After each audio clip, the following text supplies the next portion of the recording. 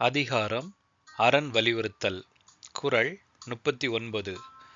அறத்தான் வருவதே இன்பம் மற்றெல்லாம் புறத்த புகழும் இல. அறத்தான் வருவதே இன்பம். அறத்தை பின்பற்றுவதிலிருந்து கிடைப்பதே உண்மையான இன்பம். மற்றெல்லாம் வேறு எல்லா இன்பங்களும் புறத்த புகழும் இல. வெளிப்படையாக புகழும் இல்லை, உண்மையான மதிப்பும் இல்லை. உண்மையான இன்பம், அதாவது நிறைவான மகிழ்ச்சி கிடைப்பது ஒரே வழி அறச்செயல்.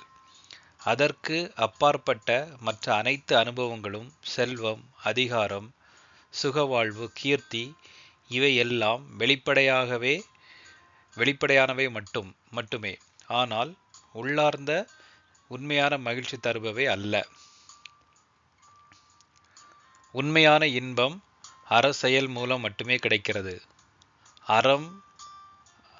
அறமற்ற இன்பம் வெளிப்படையானது மட்டுமே, உண்மையான மதிப்பில்லாதது. நன்றி.